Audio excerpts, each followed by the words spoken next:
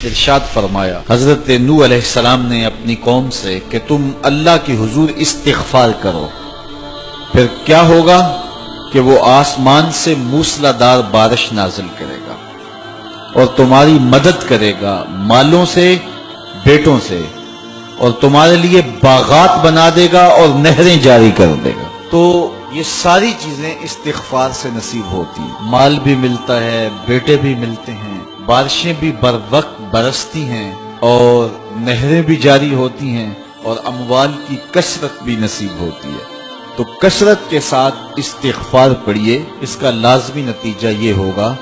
کہ اللہ تعالیٰ مال کی کثرت فرما دے گا، اور مال وہ دے گا جو کثیر بھی ہوگا،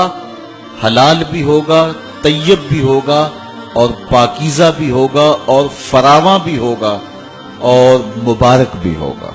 تو جو مبارک رزق ہوتا ہے وہ مومن کی زندگی کا مقصود ہے۔ دوسری بات، جو کام صبح کے وقت کیے جاتے ہیں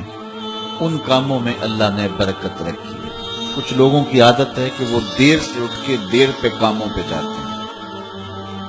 حضور نے اللہ کی بارگاہ میں دعا کی، اے اللہ میری امت کی صبحوں میں برکتیں ڈال دے۔ تو صبح کے کاموں میں برکت ہے،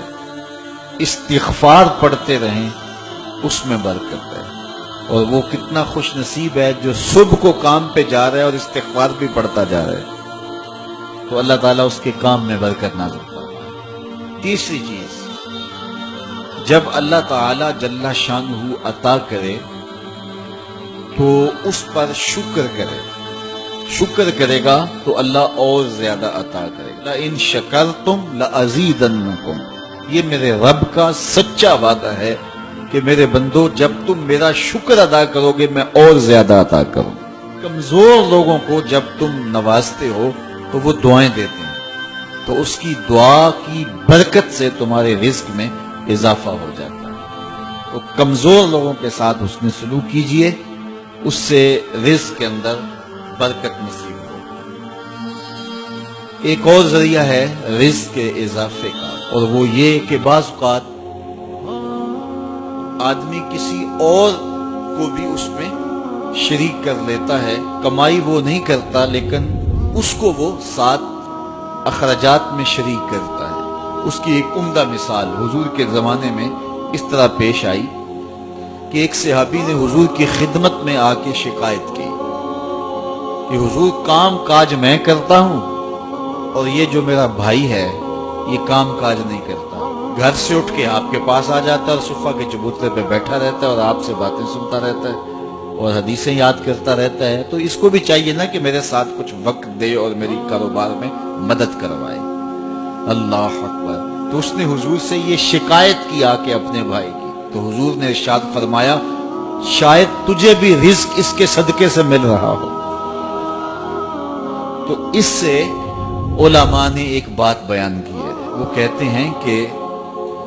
یہ جو طلبائے دین ہوتے ہیں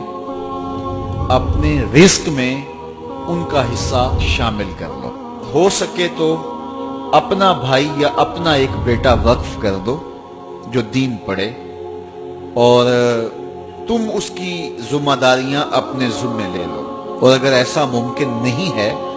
تو پھر کم از کم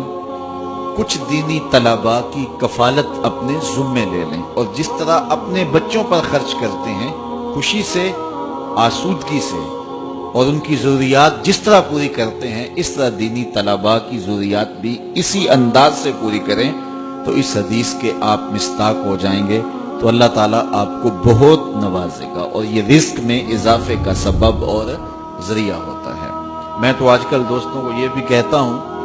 کہ اپنے کاروبار کے اندر جو ہے وہ ادارۃ المصطفیٰ کو شامل کر لو، کچھ فیصد حصہ ادارۃ المصطفیٰ کا رکھ لو، تو تم پھر اپنے کاروبار کے اندر برکتیں اور رحمتیں اترتی ہوئی محسوس کرو گے۔ تو اللہ تعالیٰ جل شانہ اپنی رحمتوں سے ہم سب کو مالا مال فرمائے۔